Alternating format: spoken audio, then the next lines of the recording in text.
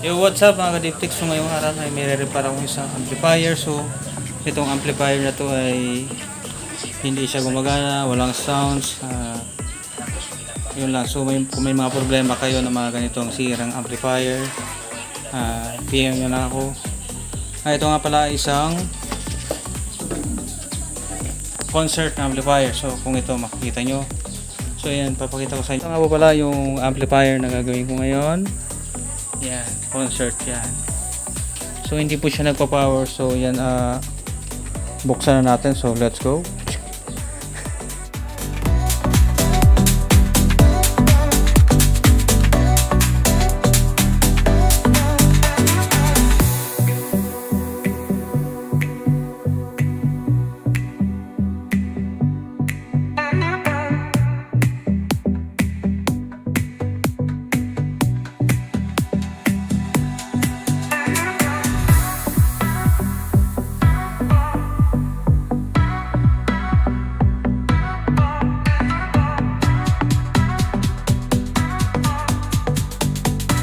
Mga kadiptek, tinanggal ko muna yung main board. So ito yung board, so malinis pa naman yung board, and may mga parts lang na parang sunog na. So tumutunog pa naman siya, pero may mga parts na may problema. So and then dito naman sa main supply section, so makikita nyo pinalawang na yung mga paan nitong filter na capacitor, and then yung iba ganun din. So papalitan natin yung mga kinalawang ng parts para maibalik yung dating sounds. Mukhang okay pa naman yung mga ito. So ayun, i-reheat ko, then ayusin yung ibang parts, papalitan. So ayan.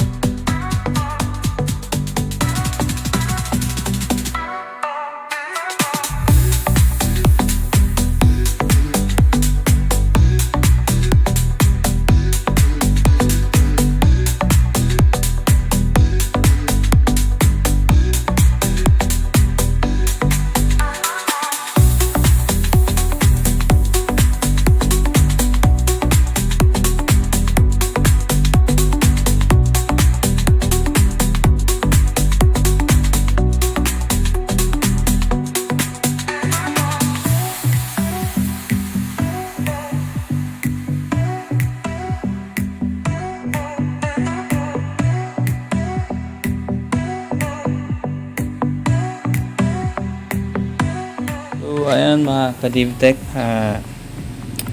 okay na nga po ito. So Doon parte may nakita kong problema dito, may mga lost contact.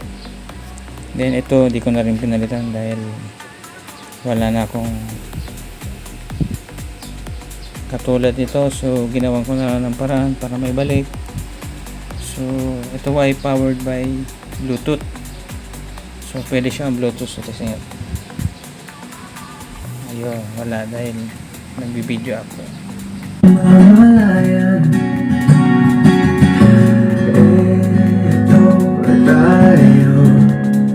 Ngunit sa huling kong maging sa'yo, ulit-ulitin man, nais kong malaman kung iyak ko.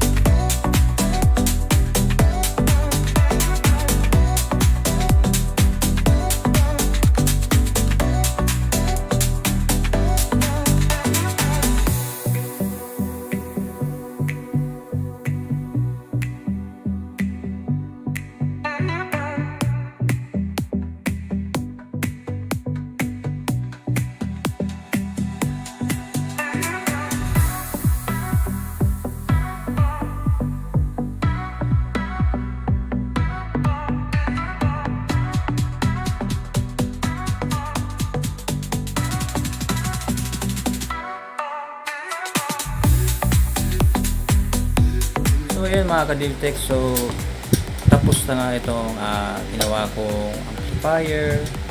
So yun, kung may mga amplifier kayo dyan sa bahay nyo at hindi nyo na nagagamit kasi sira, so pwede po natin i-repair yan at ma-check natin, or pwede kayo mag-inquire sa akin dito sa aking personal account, or i-message nyo rin ako dun sa Ferds Electronics. So yun na mga ka-Divtech, so natapos na to. So hanggang dito na lang.